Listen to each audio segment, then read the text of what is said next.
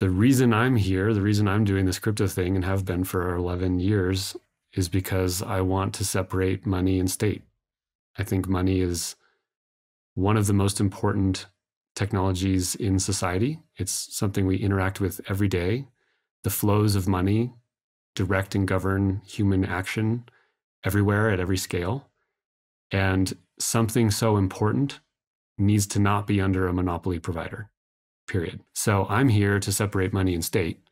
And every technology, every blockchain, every app that helps further that is something that I'm going to be supporting. So that's why I'm here. Certainly some people are here to just like make a bunch of money, but I'm here for the principle of decentralizing money away from the hands of the state. Welcome to Bankless, where we explore the frontier of internet money and internet finance. This is how to get started, how to get better, and how to front run the opportunity. This is Ryan Sean Adams. I'm here with David Hoffman, and we're here to help you become more bankless. Guys, first Bankless episode of 2023. Are you ready? This is Erik Voorhees, and he doesn't waste a word in this episode. He never does. We talk about SBF, we talk cycles, we talk crypto values, we talk about what matters and why we're really here. As the point, as we get into this, a few takeaways for you. Number one, a discussion on his legendary debate with SBF. That happened in November of last year, 11 days before everything with SBF went crazy. And this is the first time we've caught up with him. What are his reflections now? We talk about that. Also, we talk about the macro cycle, the bull-bear case. Has it been the same as the previous ones? Was 2022 the same or different? If it was different, what was different? What are the lessons that we can learn moving into the next cycle? And most importantly, we talk about crypto values and why we're all here. David, we got a lot to discuss during the debrief. What's on your mind? I think that I really want to take this moment in the debrief to kind of go back and talk about a lot of the core theses that Bankless stands upon. And Ryan, we did I think a really good job in the early days of this episode of this podcast, laying out some of the core principles that we really think power this industry. And then, we kind of assumed that everyone knew them, and then we moved on to other things. But it's been a while since we talked about the protocol sync thesis, for example. And so since we were having Erik on, and since Erik is such a first principally managed person, a person who thinks very deeply, I want to go back and talk about some of the early theses that we talked about on the Bankless podcast and resurface them and take this opportunity to resurface them because there's a lot to catch up the newer listeners of this show on. So if you are not a premium subscriber, definitely go subscribe to premium to catch the debrief. It is the episode that Ryan and I record right after this, right after we record with a Monday podcast guest to have our raw and unfiltered thoughts. There's a link in the show notes if you want to catch that episode. Just a little bit of extra content for premium subs. So Ryan, I think we should go ahead and get right into the conversation with Erik Voorhees. But first, a special message from our strategic sponsor, KRAKEN, the first ever crypto platform that ever implemented proof of reserves all the way back in 2014. That's crazy. All right, Bankless Nation, before we get into our conversation with Erik Voorhees to kick off 2023, first we have to take a moment to talk about some of these fantastic Bankless tools from our sponsors. Hey Bankless Nation, if you're listening to this, it's because you're on the free Bankless RSS feed. Did you know that there's an ad-free version of Bankless that comes with the Bankless Premium subscription? No ads, just straight to the content. But that's just one of many things that a premium subscription gets you. There's also the Token Report, a monthly bullish, bearish, neutral report on the hottest tokens of the month. And the regular updates from the Token Report go into the Token Bible, your first stop shop for every token worth investigating in crypto. Bankless Premium also gets you a 30% discount to the permissionless conference, which means it basically just pays for itself. There's also the airdrop guide to make sure you don't miss a drop in 2023, but really, the best part about Bankless Premium is hanging out with me, Ryan, and the rest of the Bankless team in the Inner Circle Discord, only for premium members. Want the alpha? Check out Ben the Analyst's DGen Pit, where you can ask him questions about the Token Report. Got a question? I've got my own Q&A room for any questions that you might have. At Bankless, we have huge things planned for 2023, including a new website with login with your Ethereum address capabilities, and we're super excited to ship what we are calling Bankless 2.0 soon TM. So if you want extra help exploring the frontier, subscribe to Bankless Premium. It's under 50 cents a day and provides a wealth of knowledge and support on your journey west. I'll see you in the Discord. UNISWAP is the largest on-chain marketplace for self-custody digital assets. UNISWAP is, of course, a decentralized exchange, but you know this because you've been listening to Bankless. But did you know that the Uniswap web app has a shiny new fiat on-ramp. Now you could go directly from fiat in your bank to tokens in DeFi inside of Uniswap. Not only that, but Polygon, ARBITRUM, and Optimism Layer 2s are supported right out of the gate. But that's just DeFi. Uniswap is also an NFT aggregator, letting you find more listings for the best prices across the NFT world. With Uniswap, you can sweep floors on multiple NFTs, and Uniswap's universal router will optimize your gas fees for you. Uniswap is making it as easy as possible to go from bank account to bankless assets across Ethereum, and we couldn't be more thankful for having them as a sponsor. So go to app.uniswap.org today to buy, sell, or swap tokens and NFTs. Bankless Nation, very excited to introduce you to Erik Voorhees, whom you know. He's a crypto veteran of veterans. He's one of the greatest advocates of open and permissionless systems that we have in the space, certainly an important voice, and has been very recently. He's likely also soon to be featured in the upcoming documentary series about the downfall of SBF. I gotta think that's coming pretty soon, because the last time we had you on, Erik, was around this whole SBF debacle, and you had a debate with SBF about 12 days, I think, before all of this went down. We'll get to that and more. But Erik, first of all, how you doing? I'm good. I'm good. It's good to see you guys. Thanks for having me back. That was quite a bomb that dropped the last month and a half. So I have all my appendages still. Looks like you guys do as well. And we'll just keep rolling. Yeah, this is part of the reason why we wanted to have you on the podcast. Is I feel like at this point in crypto, you're pretty bomb-proof. And we want to ask a little bit later about the magnitude of this specific bomb and how it's measured against the other bombs that we've seen before. But can you help us with the high-level question? Because coming out of 2022, of course, the headline is, some things went wrong in crypto. We were talking to some folks outside of the space and media and others, and we're like, hey, how does crypto look from the outside? And I remember Sagar came on the podcast from Breaking Points, and he was like this. He's like, I'm not going to lie to you. It's looking pretty bad. That is the impression outside of the crypto space. And I want to ask you this question. Where do you think we went wrong in 2022? Or maybe it was the months leading up to it. Where did we go wrong as a community, as an industry?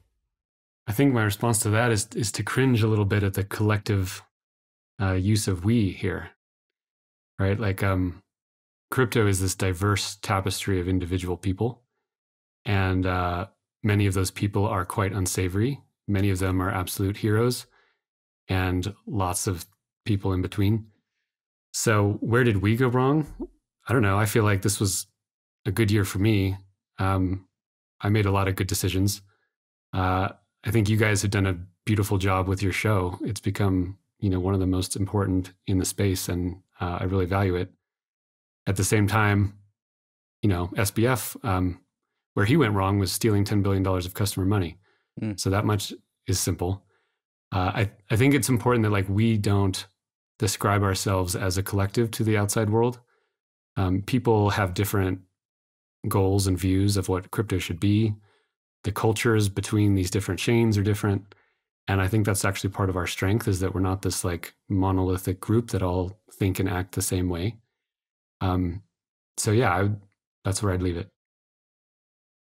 So Erik, we were just having a conversation in a similar vein with Vitalik, and he was talking about kind of terms we use. And this one specific blog post, he chose to use the word Ethereum in the title, the Ethereum ecosystem, talk about Ethereum rather than crypto. And there is an element, and he said he was still playing around with that. But there is an element of there are some group labels here, right? And how do we represent ourselves to mainstream? So for example, if I say I am in crypto right now, at this point in time, that feels a little embarrassing. Now I can explain what I actually mean, and I'm like, oh, I'm one of these crypto people, and I'm not one of those crypto people. But how do we come up with labels for this sort of thing, or organic labels? I'm part of the decentralization crypto side of things, not part of the fintech bro side of things. What is that? I don't quite have the words to sort of describe this.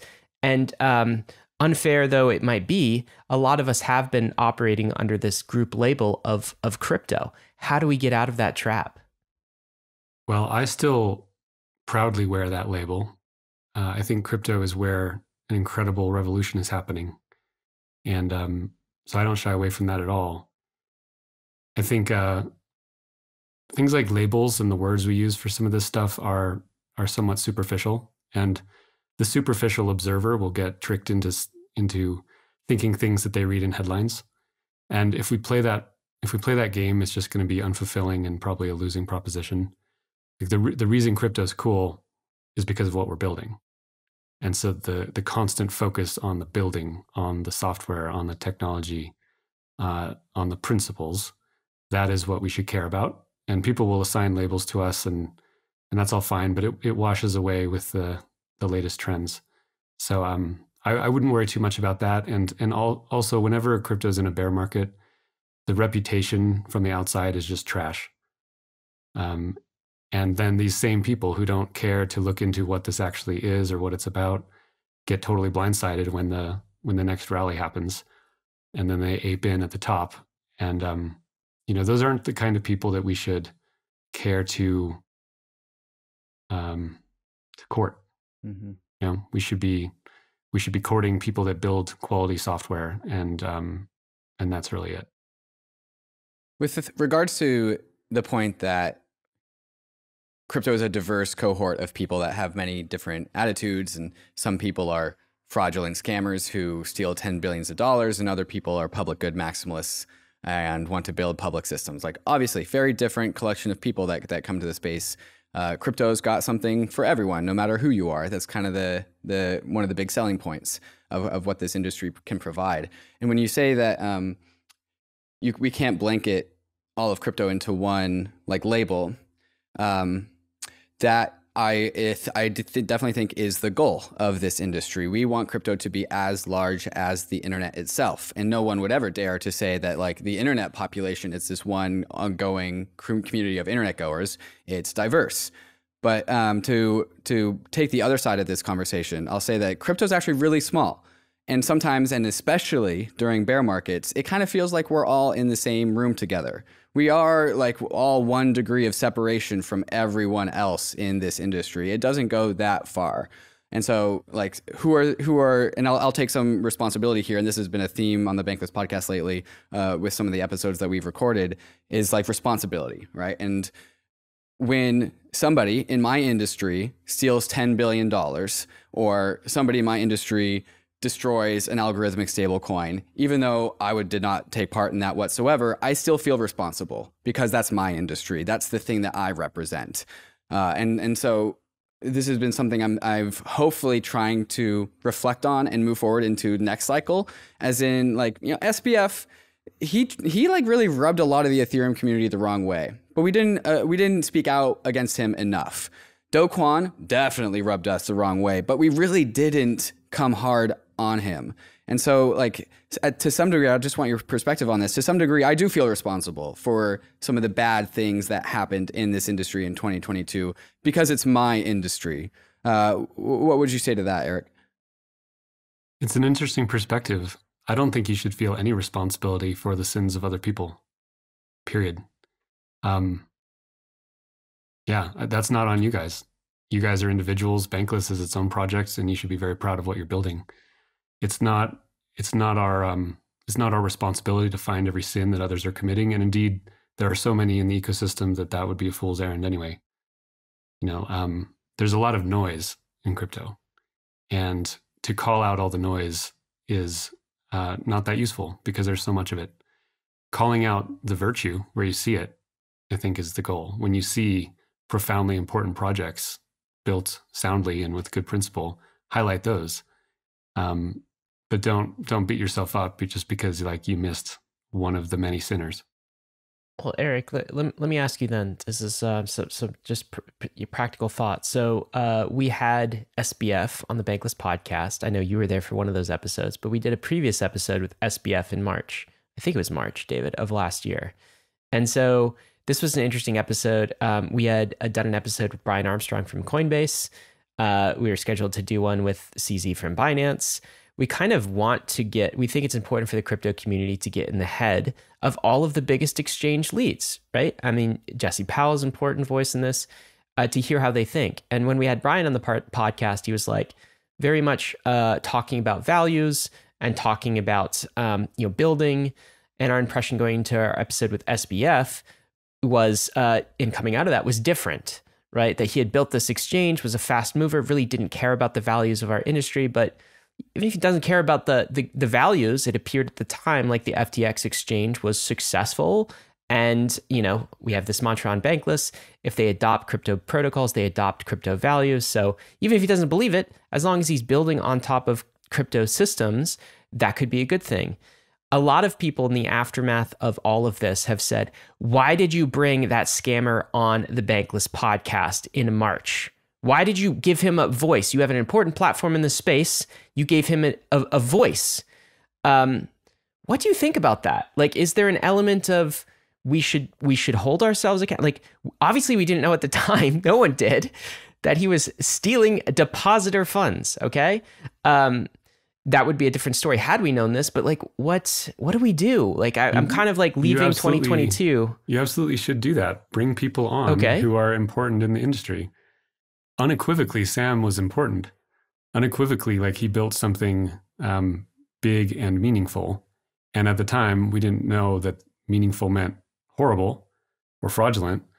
But part of what you guys do, as media in this space, is like pulling these voices up for the community to see, and people can make their own judgments. It doesn't serve anyone to just let people, wander around in the darkness.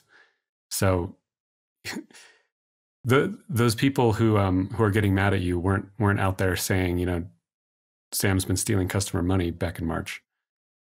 So I just I think they're like the men that are not in the arena, and they're gonna lobby insults after things happen, and that's just part of the noise.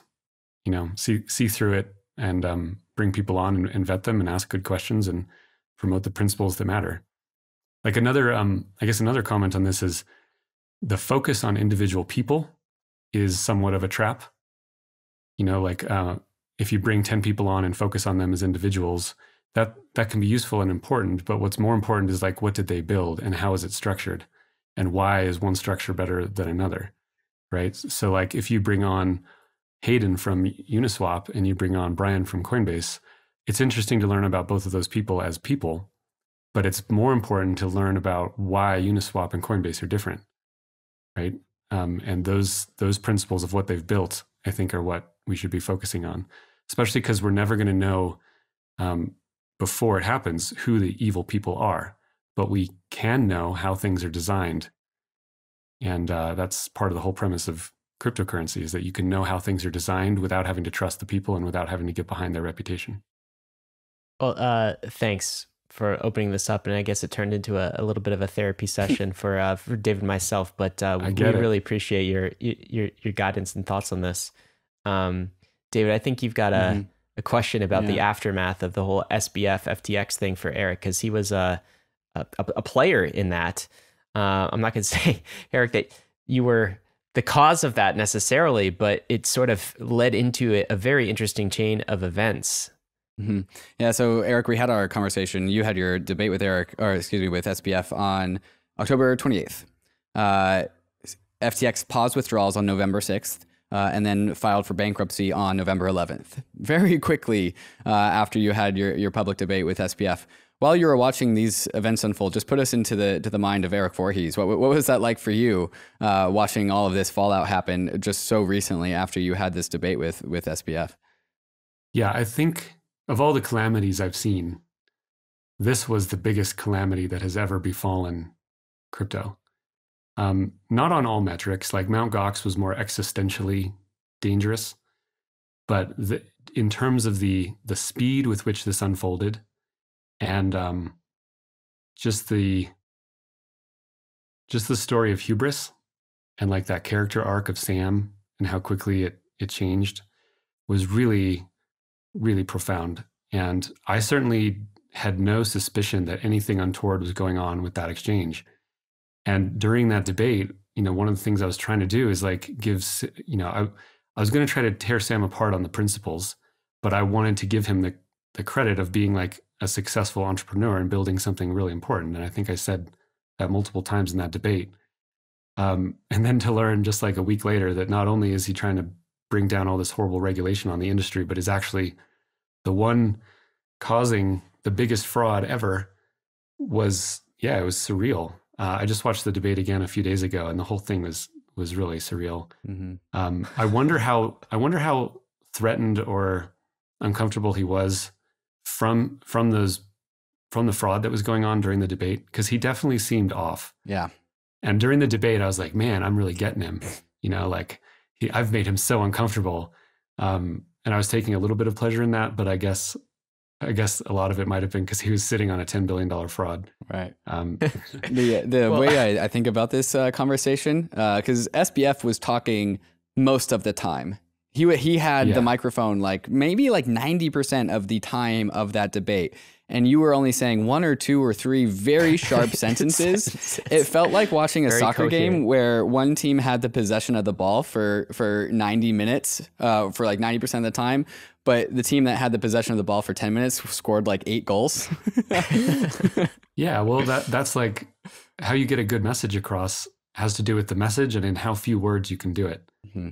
And he was just all over the place. And I think he was struggling because he didn't have any foundation of principle on which he was arguing for these things. Yes. That's something that I'm really taking away from this, is that he was flustered, he was confused, he was erratic and chaotic. Agitated. And very agitated, right? And you were stoic and poignant and just so sharp.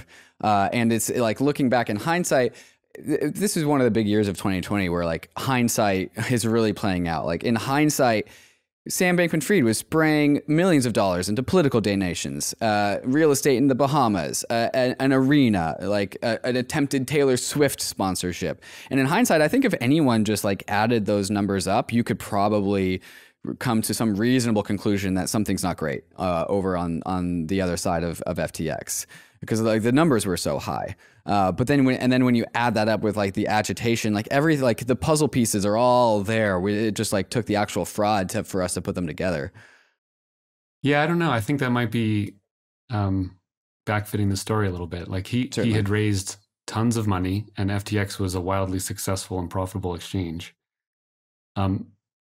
Most of the really visible things that he did in terms of sponsorship and PR absolutely were compatible with a legitimate business. One that is spending a ton on PR, but that stuff itself wasn't caused or enabled by him stealing customer money. Or put differently, the big expense that his whole empire suffered wasn't the FTX arena. It was that Alameda lost billions of dollars trading poorly. That dwarfs any of the outward symbols that we saw. So if you focus, I think, even too much on things like the arena, you still are missing that the crime here went on behind the scenes and wouldn't have been known unless you were in the books of these private companies watching it. Yeah, I do agree. Going to that episode, very much my impression was of Sam Bankman-Fried. And I think the industry impression was this is a very successful exchange operator who has just moved fast, outcompeted some of his peers to get ahead. But the difference in my mind, if you abstract values between an SBF and a CZ or something like this from Binance or some of the other large exchanges, was not stark. I mean, from all appearances, it was just kind of could be the same thing. I guess one thing that I can't resolve, and after this episode, surreal was the word you used, because it was surreal when all of this stuff came. At first, I didn't believe it.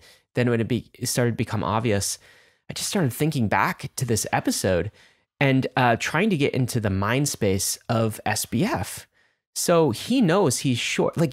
First of all, my first mind was that really happened, right? Genuinely, this was a question for me. And I know the two of you were there and it really happened. This is kind of, I'm not going down a simulation theory alley, but that was seriously a moment for me. But then after that, acknowledging that it really happened, what was the mind space of SBF in to actually, number one, engage with regulators and put out a post that is clearly going to be seen as a complete betrayal of crypto values when you start talking about DeFi front ends having to kind of register with nation state governments all over the world. Clearly a betrayal. Clearly we would have a problem with that. If you've paid any attention to crypto for any monochrome of time, you know that we're going to have a problem with that. And then getting the Headspace to actually come on and have a debate. So, Sam was open to coming on the podcast when we scheduled it at the time. And then we said, who would be great to actually talk to you about this, Sam, after you put your post out in response to him is Erik Voorhees. Are you willing to do a debate with him? And he said, yes. And then he came into that conversation, in my mind, completely unprepared to take a reasoned approach against your post, which he had to have read in advance, which was a principled take on crypto and DeFi, and then came into that so utterly unprepared. Why would you do this? Like, this is what still doesn't make sense to me. And it dovetails with, I guess, kind of the media tour after, like before now he's in jail, before he was actually arrested, went on Good Morning America, this media tour. Why would you go and have a very public debate on crypto values when you yourself are $10 billion plus short?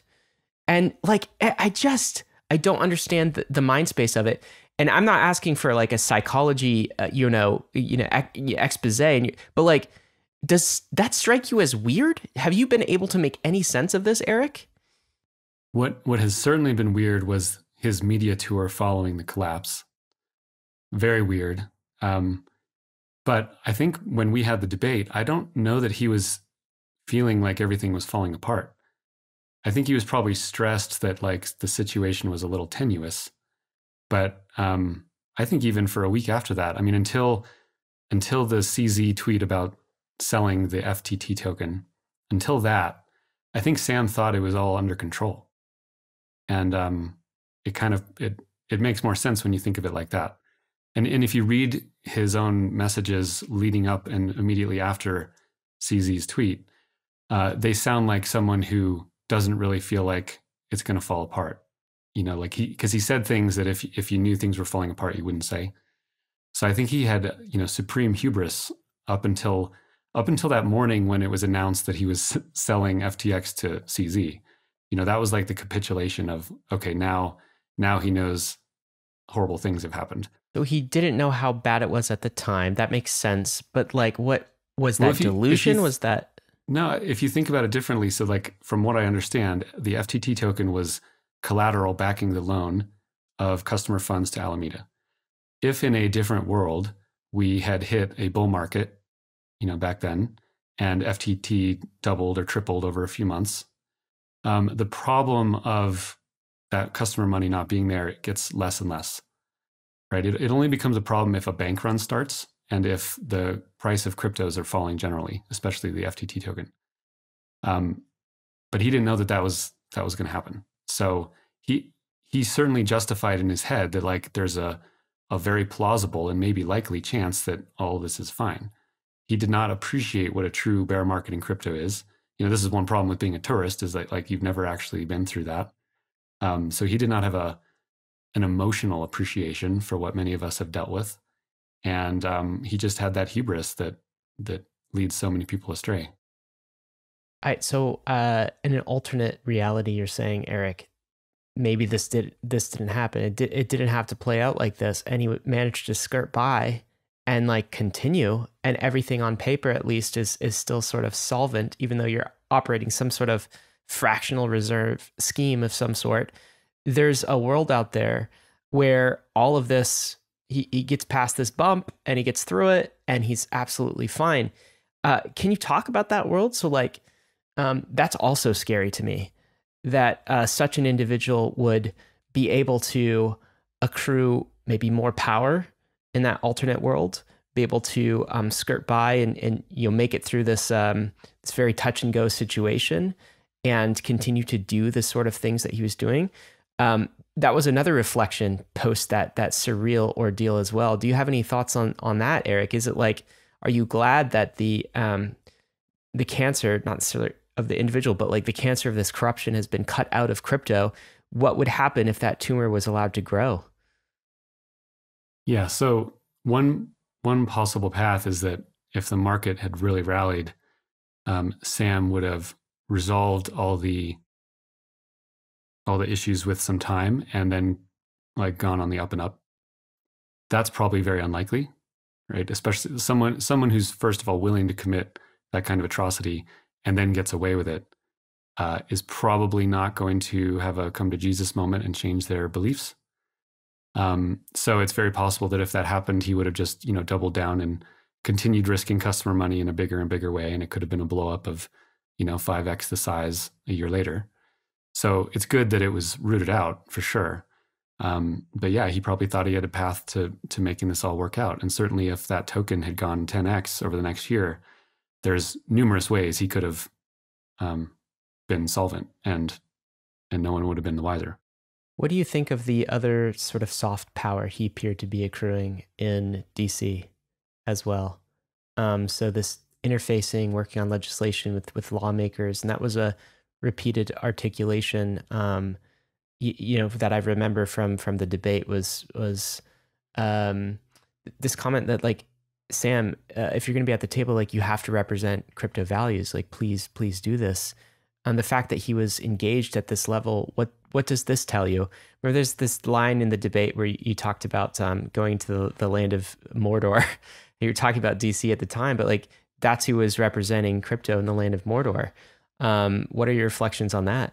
Well, for many, many years, I've lamented that people seek protection from the state in principle. Like, I think this is a sickness in society. It's like a new form of religion in which people see problems that are real and they have this appeal to this thing called, democracy or government. And kind of everyone knows that politicians are slimy. No one's happy with how Congress actually acts. And yet they continue giving them larger and larger and larger budgets and continue thinking that like at the next election, we'll just get the right people in.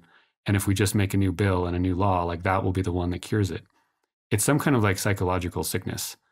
And so this was such an incredible example of an advocate of that world who used the slogan, the safe and regulated exchange or the safe and regulated way to buy Bitcoin.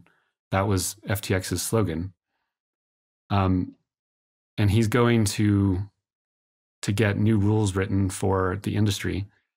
And an observer before all this happened, from the outside, if they saw like who I am and what I advocate and who Sam is and what he advocates, I would be the villain, right? Because I'm here advocating that like markets handle the problems of the world better than coercive governments do. But that's a very minority position. Most people looking at this would have praised Sam, said he's working within the system. He's the upstanding citizen here. And Erik is just like this radical extremist who, no one should take him seriously. Can I say, Erik, that was actually the reaction on Capitol Hill. We heard from some people who are plugged in that, Erik had some good points, but Sam overall won the debate in Capitol Hill. To watch, and I'm biased here, right? Because I want people to think I won the debate. But if I put on my most dispassionate, objective hat and watch that debate from a pure debate and ideas discussion perspective, it is impossible to say that I lost that debate. Mm-hmm. Right? I think you could be a non-English speaker and just listen to the debate and the tone and be like, Sam did not win that. Yeah, regardless of political ideology, just like as a debate, that's an absurd statement. But it certainly shouldn't surprise anyone that people in DC want DC to have more power. Like that's why they're there. That's what they do.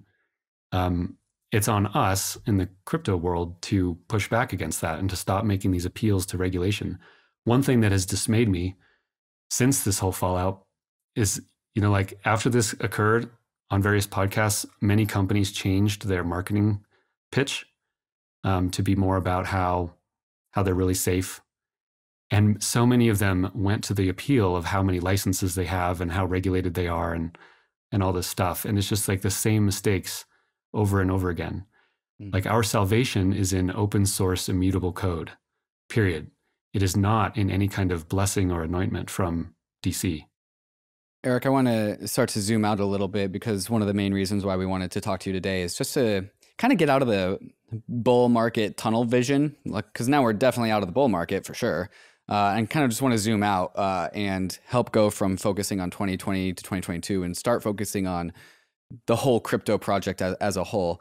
And in order to start that conversation, I kind of want to ask you, as someone who's been through every single market cycle in this industry, 2013 to 2017 to 2021, all the peaks of the bull markets. 2011. That was the most painful of all. Well, okay. I didn't actually think that there was a cycle there, but again, that's just my naive 2017 cycler. Before the birth of the universe, it's like dark to me. I didn't even know that time period. The middle of the Big Bang. Yeah. Was this cycle exceptional in any way? Was this cycle unique? Or was this just a logical extrapolation of the craziness of the peaks and the depression of the troughs? Like, was this cycle unique in any way? It was unique in the shape of the curve. There wasn't a blow off top this time. Like the prior bubbles all had like a very traditional speculative bubble that built up and then turned into like an absurd blow off top. Mm-hmm. This one didn't. Like it had kind of a muted bull market that took Bitcoin up around 60K, and then we had like a recession for 6 months, and then it kind of got back up to that level and then fell again. So that was a little weird. That caught me off guard. But in general, the same phenomenon is there. People get excited about things, and it gets a little ahead of itself, and then when it falls apart, everyone walks away and thinks the whole thing's dead. So that's all very normal and traditional. In 2022, we saw the destruction of a set of individuals that all kind of carried the same common denominators behind them. Do Kwon, the Three Arrows Capital Squad, SBF, they all had their egos about them, some more than others, but there was just a common denominator of hubris behind so many of the stories of destruction of 2022, which led to so much of the contagion, right? Was this also true in other cycles? I don't really necessarily remember this happening in 2017, but like, what has been the story of personalities and hubris as bull markets go on? This one was definitely more focused on some specific people and their failures. And certainly, like as numbers get larger, you tend to get more hubris. There was no hubris in the 2011 bubble. Because the whole thing was just so small, and like the wealthiest person in crypto had $15,000. But now things are getting big, and we're talking about billions of dollars, and especially when people make money very quickly and very, it just arrives fast. And if their moral character is not great going into it, they'll get carried away, and the hubris sets in very quickly. Like of all the hard things there is to do in a good life, or to build a company, or to navigate the crypto waters, one of the easiest things to do is just not be a dick, right? Like it's low-hanging fruit. That's low-hanging fruit. It's a low bar. Like just realize, all your own flaws, that some good portion of anything good you've done has been due to luck or circumstance, and that probably the good things you've done have been because other people were helping you and you were working with them, and to just like be humble. It's important. Like it's needed for the industry. Our ambition is to take over how the entire financial system works. Like our ambition speaks for itself. And as we succeed in that, if it's paired with an ego or hubris, at best, it just doesn't look good and speaks poorly of our character. But at worst, leads people astray and causes these kind of catastrophes. Hubris and ego is definitely like a theme of 2022 for sure. What other lessons for the bull markets and bear markets that many of us missed? Are there any other lessons that stand out in historical market cycles? I mean, this lesson that people keep needing to learn is the dangers of custodial exchanges, custodial wallets. This is not a new lesson. That's the one that we need to keep teaching. And I don't expect that like brand new people to crypto are going to hop right over to self-custody. But certainly anyone who's in the industry for a little while and learns about some of this stuff needs to understand how to use basic self-custody. MetaMask, I feel, has actually done the most to help people into self-custody of anyone. And they do it without talking about self-custody. They just made a great product and got millions of users into self-hosted wallets. That's fantastic. But that lesson is really the one, because if the majority of crypto funds and crypto wealth reside with intermediaries, A, we will never escape the regulation that this stuff is meant to escape. And B, we will never escape the need to trust humans. And like if we look back at even the Bitcoin white paper and Satoshi's writings, not that he's a god or anything, but he made a very important point, which is that the problem with traditional finance is all the trust that's required to make it work. Bitcoin removed trust from money itself. And that principle is so core, is so relevant for all the technology that we're building, for every blockchain, and that message above all needs to continue to be repeated. Is there an element, Erik, that from what you've seen is that every generation that enters crypto actually has to learn this lesson? And the only way that they learn this lesson, like really learn it, is by going through something like this? I mean, part of me wonders if there's going to be, we'll remember this for the next 5 years, maybe that's generous, but class of 2027, 2028 is going to go repeat the same mistakes that, the Mt. Gox class did, or that the class of 2022 and the FTX debacle did, and just, it will keep happening to the same population. Yeah, what's your take on that, given everything you've seen? I think the risk of that is very real. That's what's happened thus far. Ironically, one of the best elements that might push against that is that governments make these regulated entities so shitty. They put up so much friction and they harm the user experience to such a degree that as the DeFi apps get better and better in their UX, a lot of people are just going to flow to DeFi and self-custody through UX alone. And it won't be based on principle. It won't be based on learning the lessons of FTX or Mt. Gox. It'll be just because the UX of one is like this wide open meadow of beauty and the other is this like decrepit prison that no one wants to be in.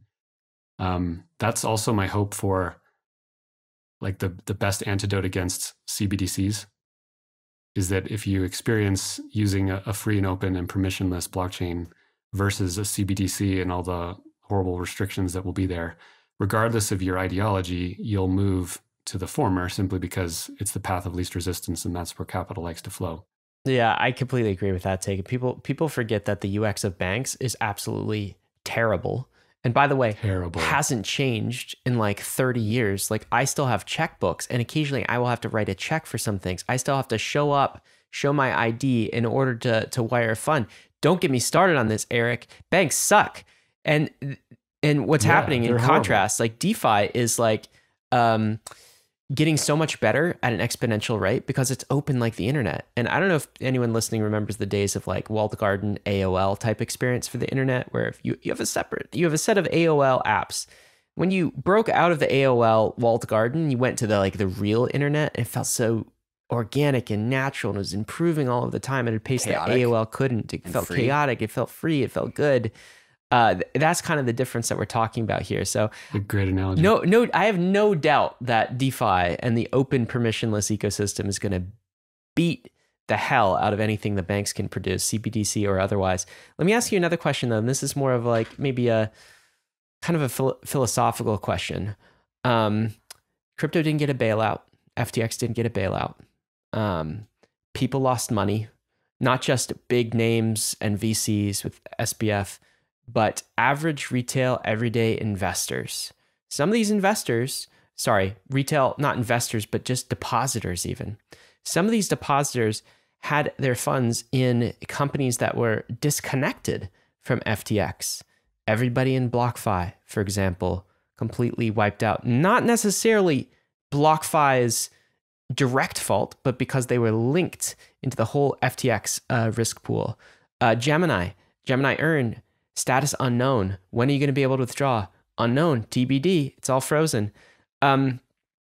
If I were to take the position right now to say that this is healthy, this is good, this is how we learn through the pain, I think people listening to that statement, those statements, would say, yeah, Ryan, you're a psychopath and a sadist, because a lot of retail lost a lot of money this year. and it's cool for you that you didn't, or you can afford it or whatever else. But like, we can't have this kind of pain. This volatility is not good. And this is the reason we need more government regulation and oversight. So there's these contrasting ideas. One says that, hey, pain is necessary. That's how we learn. The other idea says, but does it have to be this painful? Can we like make it less painful? Can like we make sure that grandma doesn't get scammed in this crypto ecosystem? Is that a possibility? What's your take on this? Great question. So yeah, I would never say that it's like good when something like this happens. And I have heartfelt sympathy for the people that lost money. Like there are 1 million victims, something in that order. And that emotional human side of it needs to be kept in mind. There's 1 million stories there of despair. And we should not forget that. And we shouldn't say it's good just because, you know, one more centralized intermediary got wiped out. So that's all true. Also true is that, like, if you look in nature at how things improve, it's a very violent and difficult process to evolve. Like the reason that humans exist, that we evolved out of whatever animals came before us, and that those evolved out of what came before them, is just like violence and carnage and blood and like the tearing of flesh over hundreds of thousands and millions of years. And yet through that process, we see life that has become more diverse, more advanced. We're sitting here with all this technology, having this call because of that, you know, miserable for the individual creatures that came before us, that process. That's a little bit of like a Zen way of looking at it. But in a market, you have a similar process. Those things which make bad decisions will get weeded out over time. And what remains are stronger, hardier, more fit for purpose, more fit to the environment. And that we don't have to see the misery as good, but we can see that process as leading to better and better things. And we can embrace that.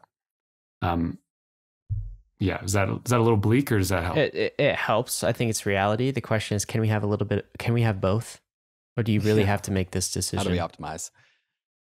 Well, yeah, I mean, there's always going to be this pain, but every entrepreneur in this industry is trying to overcome that pain, right? It's trying to build something that protects people.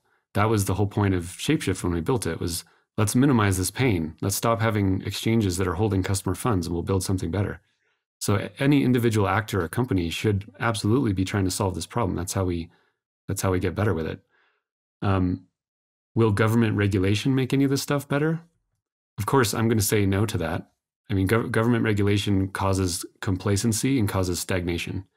And we only need to look at the banking industry itself to see that. No innovation in the banking industry in certainly my lifetime or decades prior. They're all heavily regulated, right? They just become complacent and static. And in the way, they have already died. Let's never let crypto lose that kind of fire and that passion. And let's never let it become this highly regulated, you know, quagmire of mediocrity. This is the first principles, Erik, that we all know and love, and something I want to get more into here next. I want to just like start fresh as a listener and as with this question, as if somebody might be coming into this industry and this might be the first question that they hear. Why is it important to empower individuals more than anyone else? Why is individual empowerment correct? So I think there's several answers to that.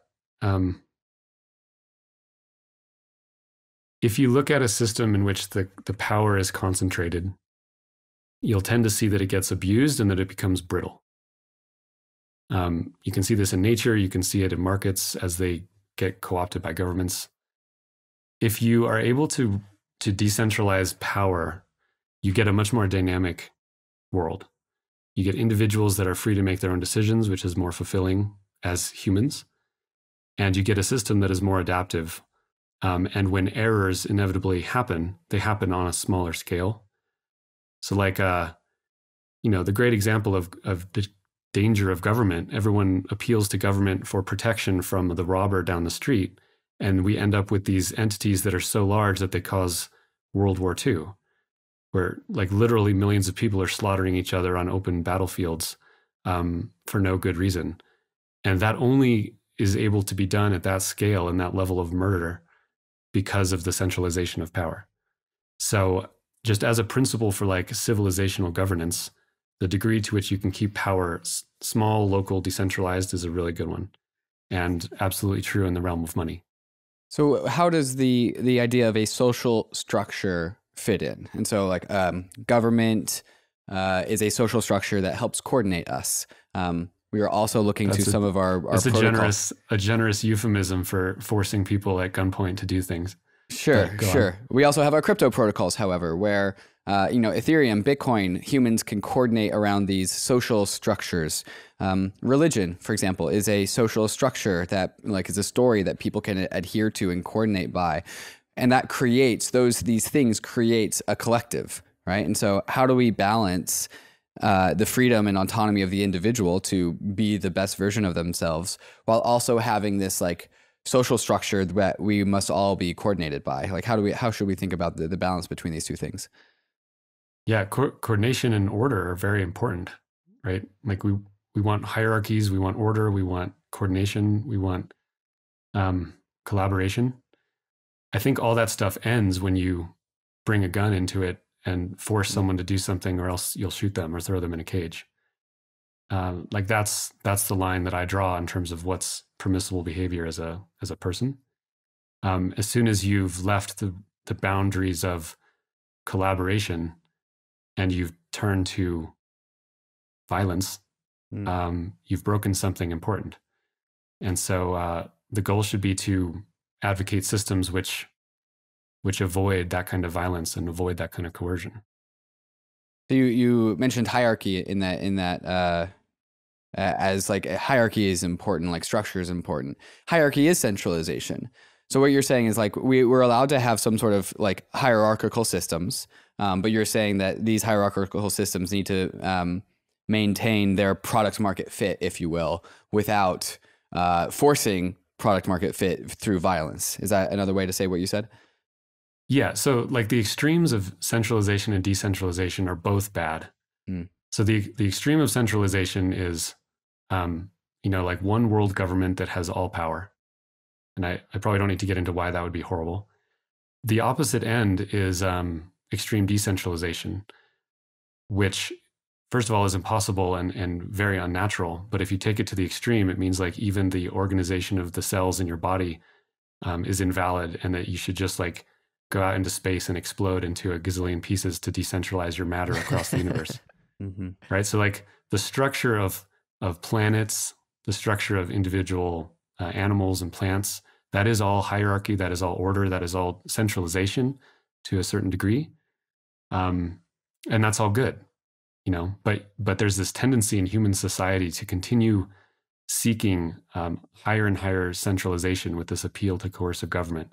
That's like a bias in human society. And you can see it like in America, where this country was created, the most free that had ever happened at scale, with a whole bunch of really good and valuable founding principles and a culture of individualism.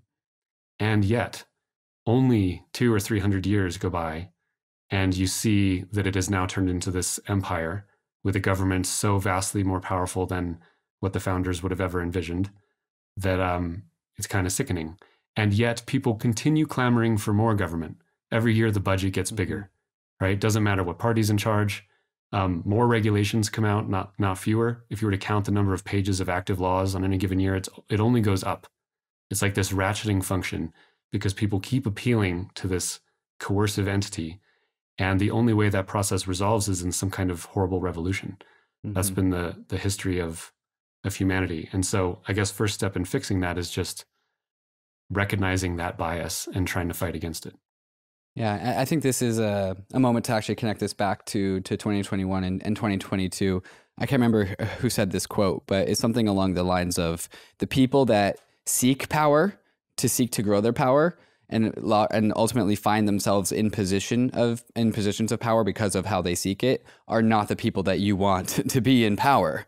In contrast, there are people who are humble and rational and operate on first principles and are good, and those people tend to not seek power.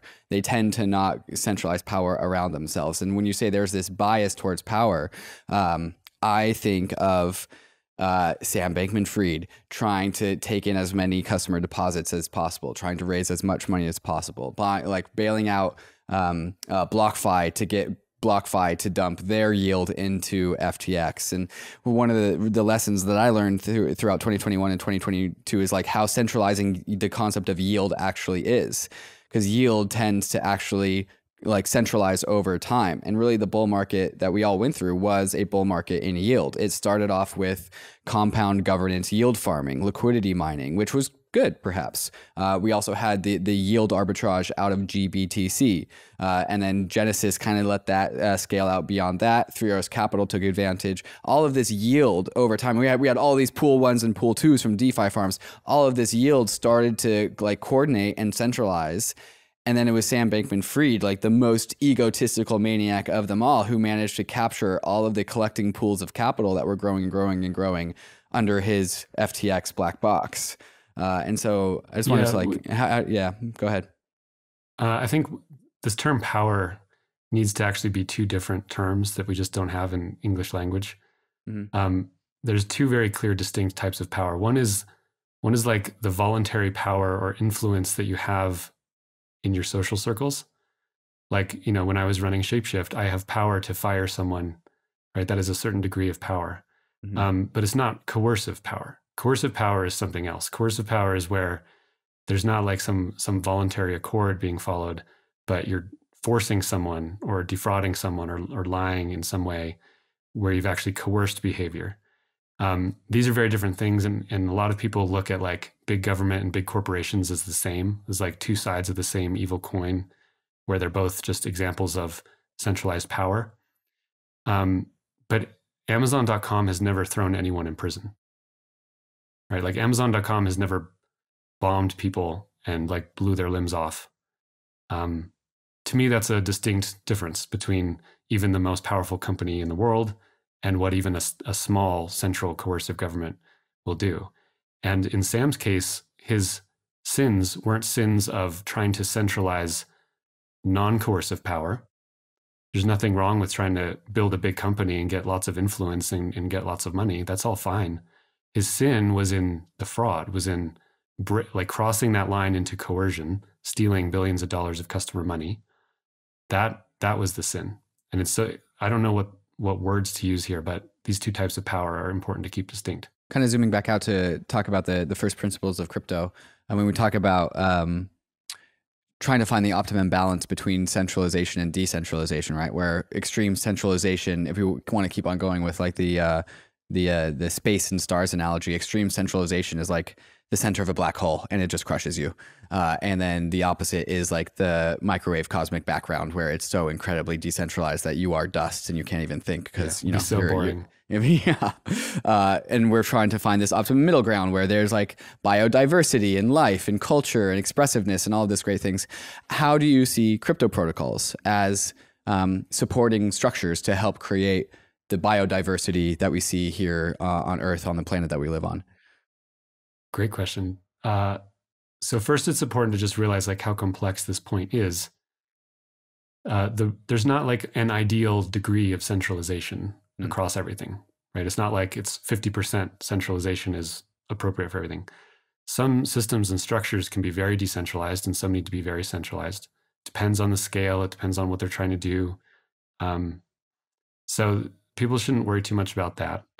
But just to understand that the scale exists and to always trying to be seeking out that optimal point for you and your projects is what people should focus on. Like anyone who's running a company deals with this every day, trying to figure out, how much power to leave in the hands of the executive team versus how much to try to distribute out to the employees.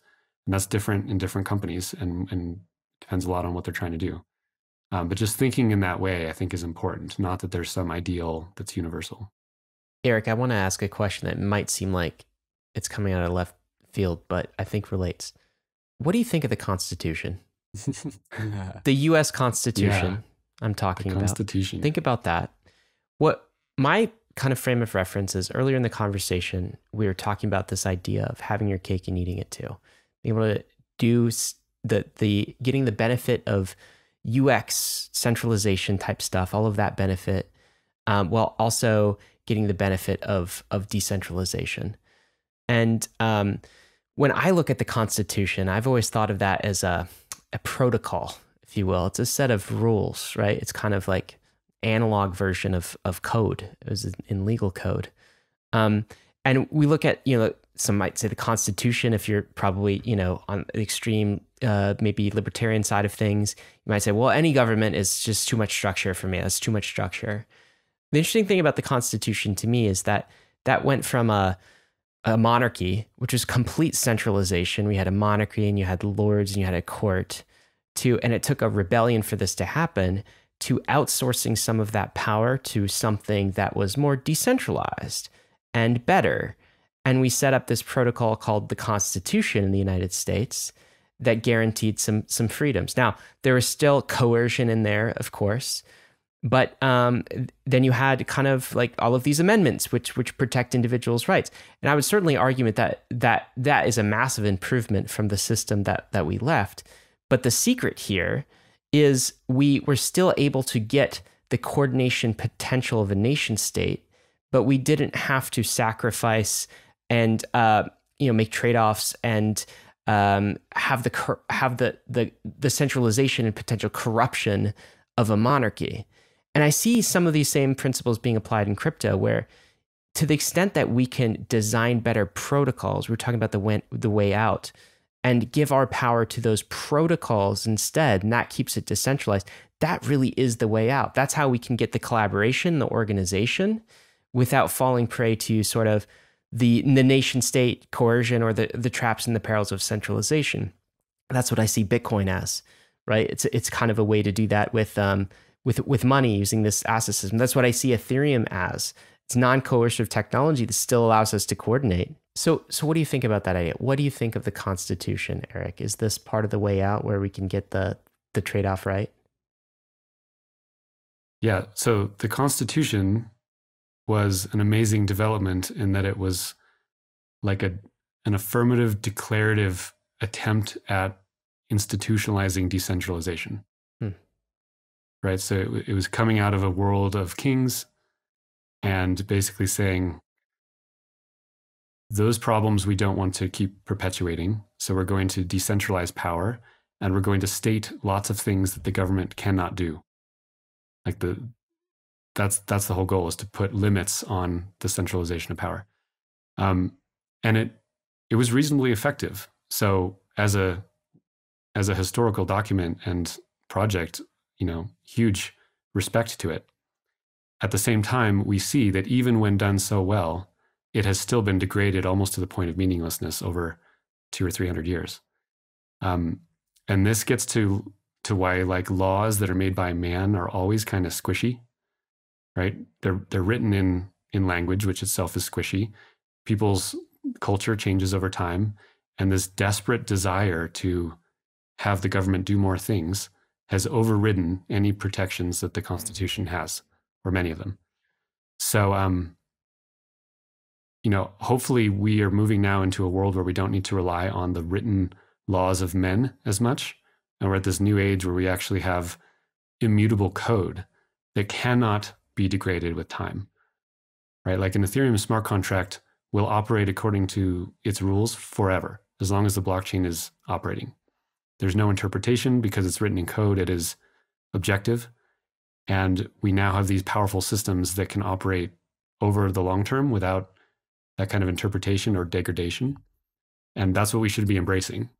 So like written laws were a cool technology for a few hundred years. Open source immutable code is our cool technology for the next while. And we should really see it as an improvement over man-made law, rather than something that still needs to be subordinate to it. ARBITRUM 1 is pioneering the world of secure Ethereum scalability and is continuing to accelerate the Web3 landscape. Hundreds of projects have already deployed on ARBITRUM 1, producing flourishing DeFi and NFT ecosystems. With the recent addition of ARBITRUM Nova, gaming and social dApps like Reddit are also now calling ARBITRUM home. Both ARBITRUM 1 and Nova leverage the security and decentralization of Ethereum and provide a builder experience that's intuitive, familiar, and fully EVM compatible. On ARBITRUM, both builders and users will experience faster transaction speeds with significantly lower gas fees. With ARBITRUM's recent migration to ARBITRUM Nitro, it's also now 10 times faster than before. Visit arbitrum.io, where you can join the community, dive into the developer docs, bridge your assets, and start building your first dApp. With ARBITRUM, experience Web3 development the way it was meant to be: secure, fast, cheap, and friction-free. KRAKEN has been a leader in the crypto industry for the last 12 years. Dedicated to accelerating the global adoption of crypto, KRAKEN puts an emphasis on security, transparency, and client support, which is why over 9 million clients have come to love KRAKEN's products. Whether you're a beginner or a pro, the KRAKEN UX is simple, intuitive, and frictionless, making the KRAKEN app a great place for all to get involved and learn about crypto. For those with experience, the redesigned KRAKEN Pro app and web experience is completely customizable to your trading needs, integrating key trading features into one seamless interface. KRAKEN has a 24/7, 365 client support team that is globally recognized. KRAKEN support is available wherever, whenever you need them, by phone, chat, or email. And for all of you NFTers out there, the brand new KRAKEN NFT beta platform gives you the best NFT trading experience possible. Rarity rankings, no gas fees, and the ability to buy an NFT straight with cash. Does your crypto exchange prioritize its customers the way that KRAKEN does? And if not, sign up with KRAKEN at kraken.com/bankless. Erik, do you think there are limitations to what we can do with the code that we'll never be able to kind of solve on the squishy legal human layer of things? Yeah. Code enforces things that happen digitally. It can't enforce things that happen in the analog world. So that's a huge point. Code can't really govern like human relationships with each other. So it's not like smart contracts should suddenly be looked at as the provider of all order in society, especially in meat space. But where it really shines is anything digital. And all of cryptocurrency is a digital scarce good. And so that is a perfect realm in which to realize that the power of code as law, or as better than law, where that can be realized. So Erik, sum this up for us. Why are we here? Why are we doing this crypto thing? So each person's different, right? And again, this is a diverse industry and not everyone agrees with this point I'm going to make. But the reason I'm here, the reason I'm doing this crypto thing and have been for 11 years is because I want to separate money and state. I think money is one of the most important technologies in society. It's something we interact with every day. The flows of money direct and govern human action everywhere at every scale. And something so important needs to not be under a monopoly provider, period. If you believe in markets and yet you let the money of markets be a non-market phenomenon that is created and managed by a central government, you're living at odds with the principles of what the markets can do. And arguably the most important good of all to be handled by the market is money, because it's the most important good in an economy. So I'm here to separate money and state. And every technology, every blockchain, every app that helps further that is something that I'm going to be supporting. This is why I didn't stick around with only Bitcoin and remain a Bitcoin maximalist, was because there's amazing other technologies outside of Bitcoin that are helping those same principles be moved forward. So that's why I'm here. Certainly some people are here to just like make a bunch of money. But I'm here for the principle of decentralizing money away from the hands of the state. You said that, again, you're really emphasizing the point that we're all here, we're a diverse group of people, we're all here for different reasons, and the reason why you're here is because you want to see the separation of money and state. But don't you also think that a lot of the protocols that we coordinate around, Bitcoin especially on this regard, but also Ethereum, and maybe blockchains as a whole, as a technology as a whole, have this value baked into them. As in, I'm not sure it's actually possible to be in crypto without believing in the separation of money and state. And then the whole point of like expressive smart contract layers is you also want to separate finance and state. Do you agree that there are some principles, some values that are actually baked into this industry at their very core and actually like aren't negotiable? You can't really strip. There is no blockchain without, there's no crypto without the separation of money and state. Do you agree with this? Not quite. Like the blockchains themselves don't have values. Right? The values are human subjectivity principles that we decide are important. The blockchains don't care at all about our values. The blockchains are tools. They're machines architected in certain ways that have certain effects and can do certain things. And if we have principles, we might see certain blockchains that help express or advance those principles, but the blockchains themselves don't. It is always curious to me when I meet like an absolute statist who's also a big fan of crypto. You know, like I want to ask him, do you realize where this is going? And what this is, like, wait, those exist? Sure. You know. Yeah. I mean, certainly the radical libertarian types are a minority of crypto holders. You know, in 2011, it was most of them, but today I'm the minority. Lots of people really love government, you know, and they really want it to be powerful and do all the right things, and they'll vote in the right people next election. And still many of those people like Bitcoin, like DeFi. So like my take on it, so I wouldn't call myself or label myself a radical libertarian. I mean, we don't talk a lot about, politics on Bankless in general, except we always talk about politics on Bankless in every single episode, because this is a movement that is not necessarily left or right, but it's certainly anti-authoritarian. It's certainly more decentralization back to the people. And so, yeah, there is an element where isn't some of this baked into our like very protocols? I get that there's a social contract that we're all kind of implicitly signing by opting into these systems. But at the same time, aren't some of these protocols like shaping our values? Like I would broaden it. I definitely believe in kind of the separation of money and state. And I would even broaden it to say, well, we're also separating the property rights layer from the state too. And that's an interesting thing that we've not done yet. And that sort of even expands if you think of money as one aspect of property, but not the only digital property we might have. That's even more expansive. I guess my overarching question is maybe as we go into 2023 and beyond, how do we preserve some of the core crypto values that make this industry what it is and so important? How do we not F up this whole thing along the way of inviting more and more people to the table? Because I do want this thing to be for the world. I do want everybody to come in the same way that they're into the internet. And yet what I saw last cycle, Erik, was like, as a result of that, we diluted some of the core values that make this industry so important. And how do we prevent that moving forward while inviting everyone in? So we keep talking about it. We keep talking about the principles over and over and over and over, and it becomes part of the culture. That's something that's like an active thing that you have to continue on. Just like if you build a company, you can't just declare the culture in the beginning and then it will forever be that. It requires active management and active influence. There's also just a recognition that a lot of people won't share those values, and that's okay. Like we don't. One of the reasons I was so in love with Bitcoin was because I realized it was going to work without convincing everyone that like a world of small government is a better one. Like I don't have to have that debate with anyone, right? I've become less political post Bitcoin because I don't have to care about convincing people of anything.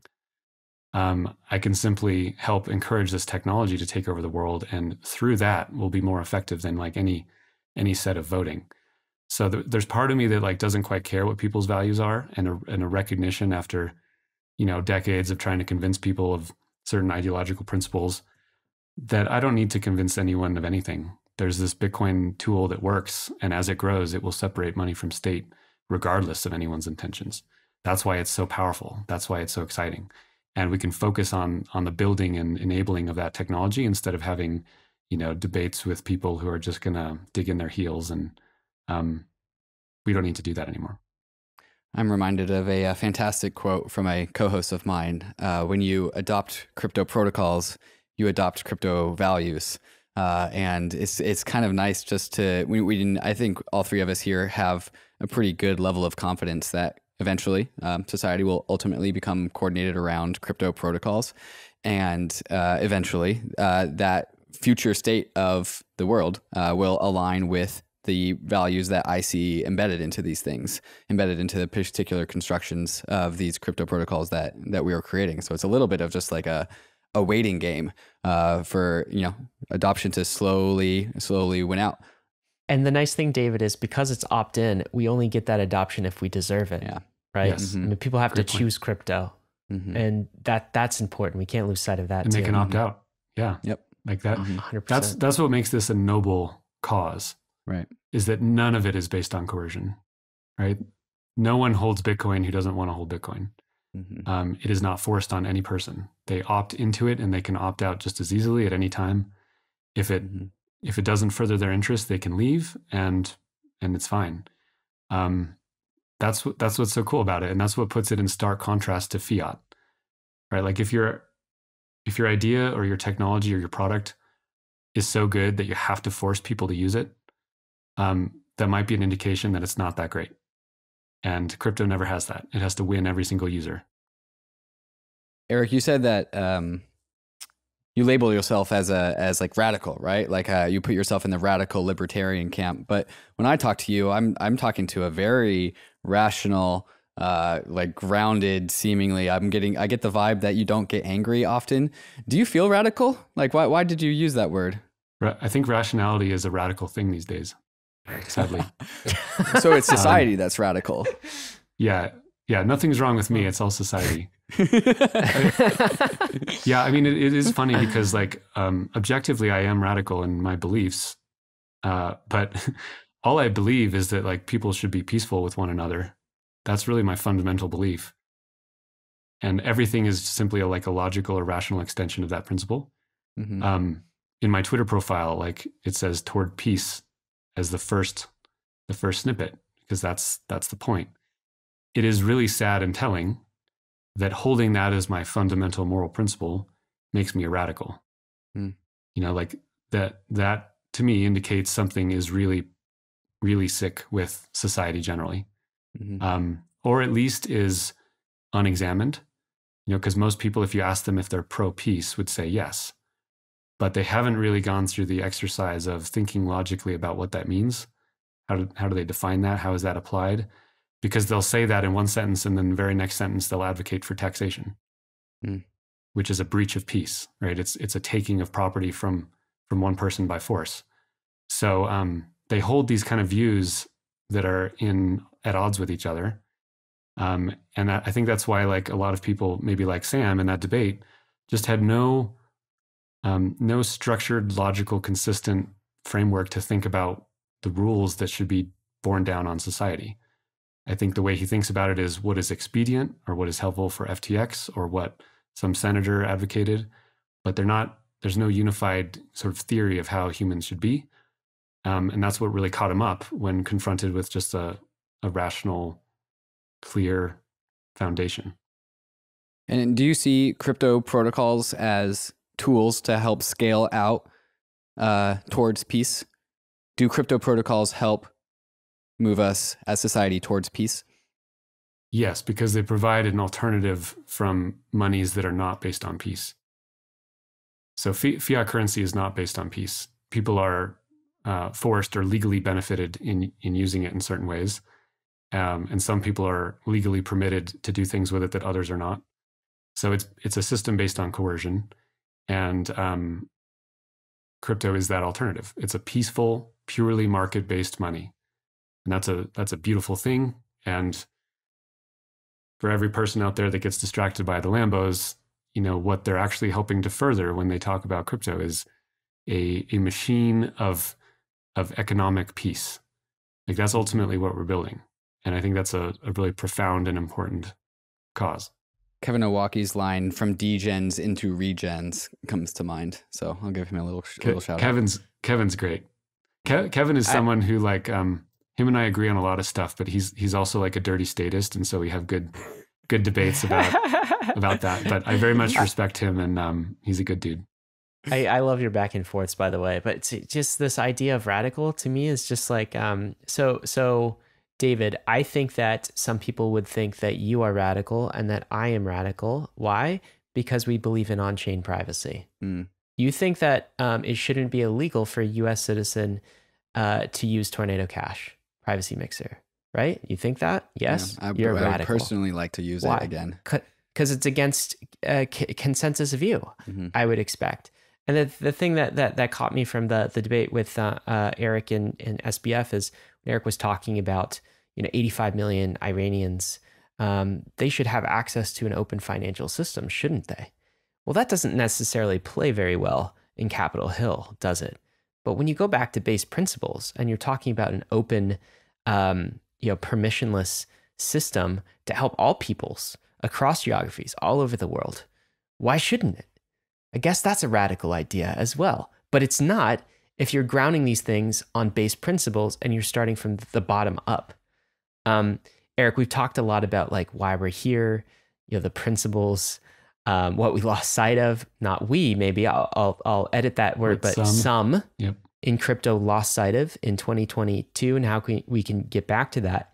Let me ask you this question though. So every time at this point in the cycle, and I can't say every time because I haven't been in all the cycles, but I can imagine, and I've been through enough to know that at this point in the cycle, people go back to, even if they're in crypto, it's sort of okay, crypto's not dead. All right. Previous cycles, people say crypto's not dead. I'll submit to you that crypto's not dead this cycle, Erik.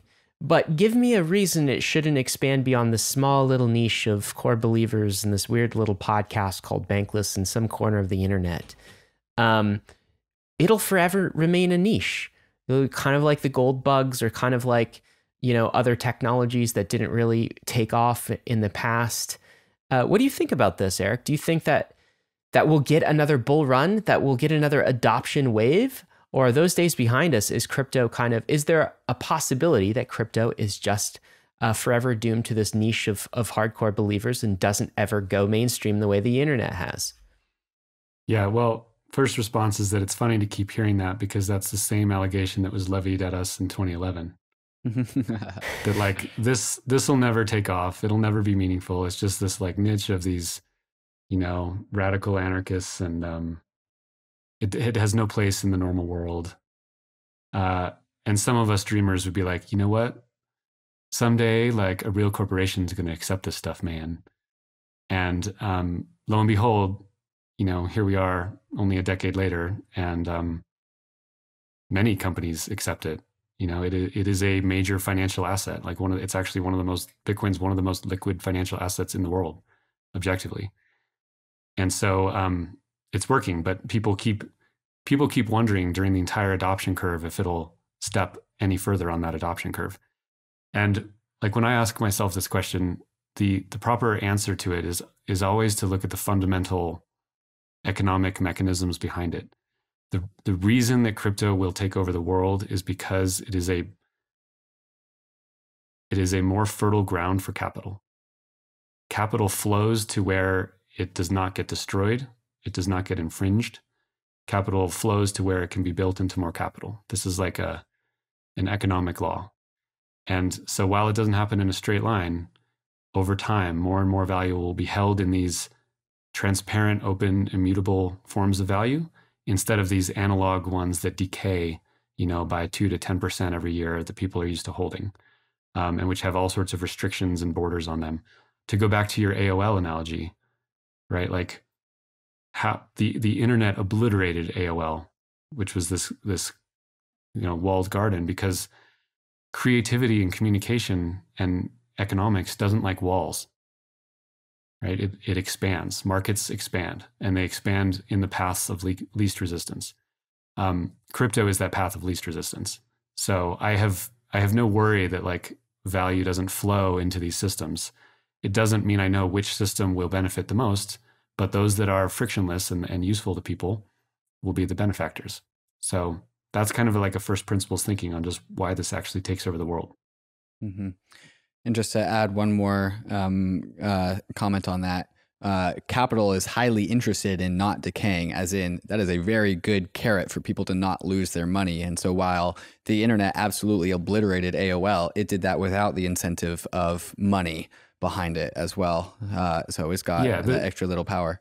The parallel is that like money, information wants to be free, right? Mm-hmm. Information doesn't like walls. And really, money and information are not so different from each other. Money is like a specific form of information. And these things like to spread, and they will spread, and like a liquid, they find their way through every crack and they overcome every mountain. And we don't know how long it takes, but that's the inevitable phenomenon that you can count on. Poetic. Love it. Love it. Erik, my last question for you.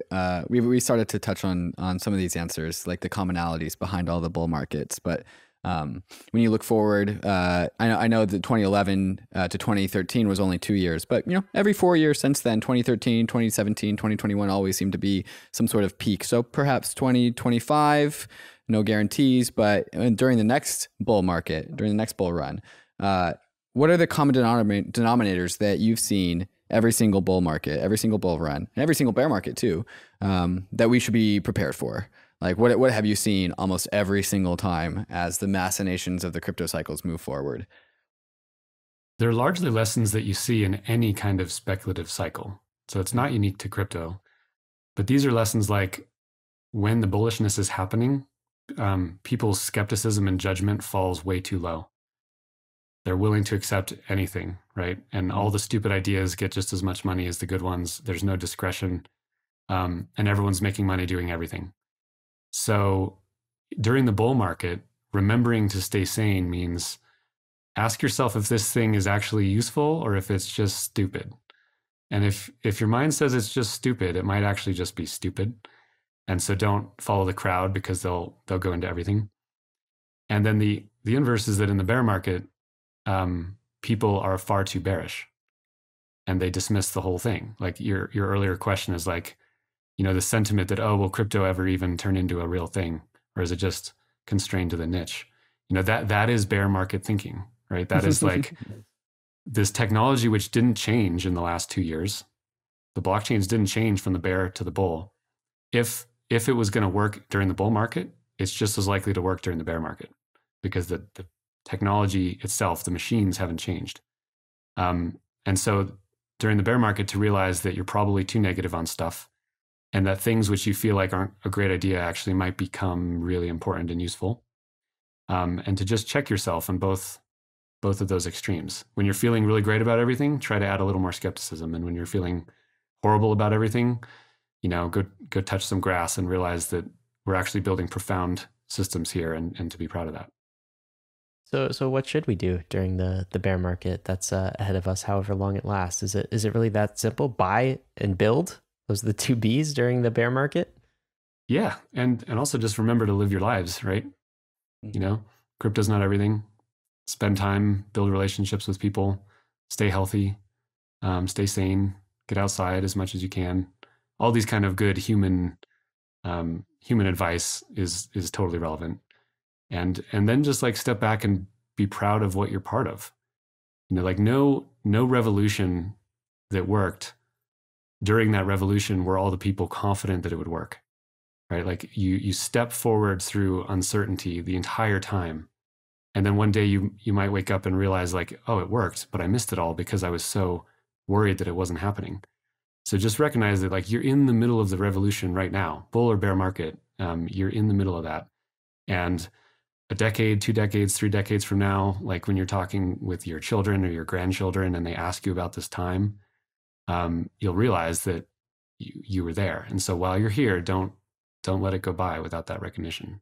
And Erik, if you did have to guess on when the market will start to turn around and when we'll see another bull market of some sort, breaching all-time highs, what would your guess be? I mean, do we have to wait 10 years or does this happen every 4 years always? It won't be 10 years. And I I wish I could pretend that me and my like crypto OG friends don't talk about like when the bull market will return, but we do. You know, we have our barbecues and we talk about, you know. And what do you think? What are they saying? We're just always wrong. It's so hard.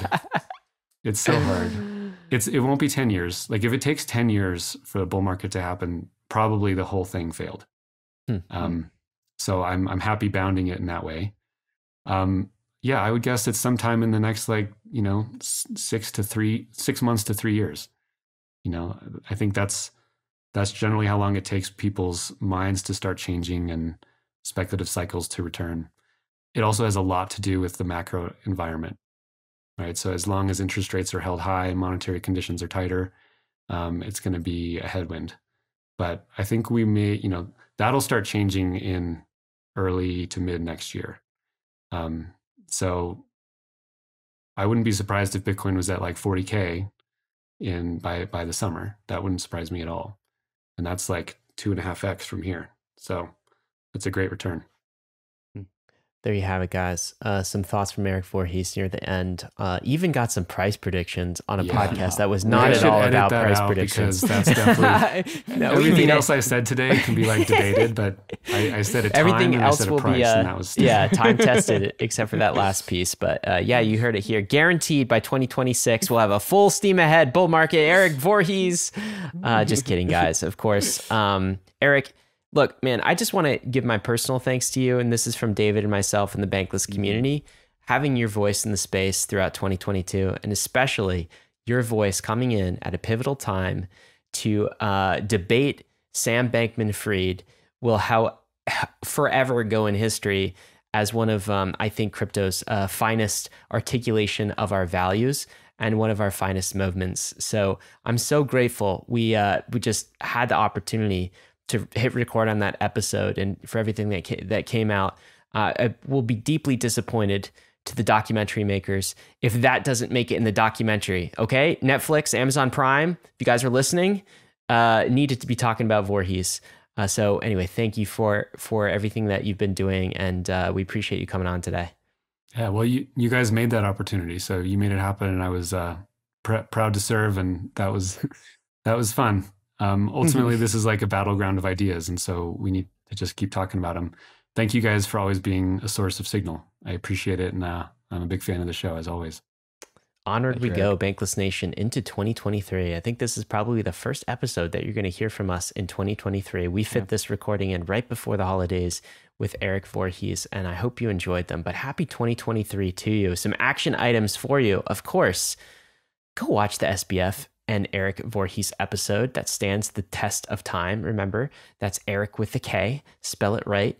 Also, go read A Response to SBF and Principled Crypto Regulation. That is the post that Erik put out prior to all of this. Another action item for you, great blog post called The Sophistry and the Savior that came out from Erik after all of the things with SBF came out. We'll include a link to that in the show notes. And if you want to ignore all this SBF stuff altogether and you want to go for the Bankless deep cut, we've included an episode called Exploring the Frontier. This is way back in episode 24, number 24. Okay, we were just in double digits territory there. We recorded with Erik, and you'll find a lot of, I think, the same themes he was talking about today. You can get the deep cut on that. As always, Bankless Nation, risks and disclaimers. I think Erik's going to do them for us this time. Crypto is risky.